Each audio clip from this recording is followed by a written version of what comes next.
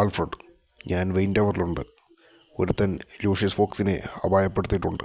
അതാരാണെന്നറിയാമോ sir? അത് മറ്റേ identity മാറ്റി നടക്കുന്നവൻ, ഹഷ്. ഓ, അവനോ?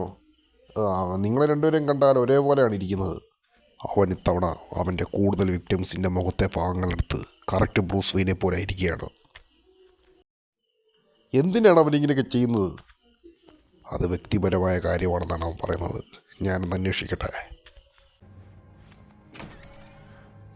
അവനെ വിട്. ഹേയ് ബാറ്റ്മാൻ, ഞങ്ങളൊന്ന് നെഗോഷിയേറ്റ് ചെയ്യുമായിരുന്നു.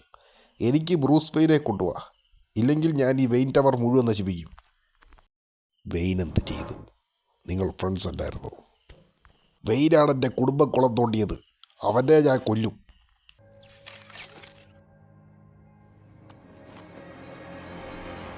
നിനക്കെന്താ ചെയ്യാൻ പറ്റുന്നതെന്ന് കാണിക്കേ.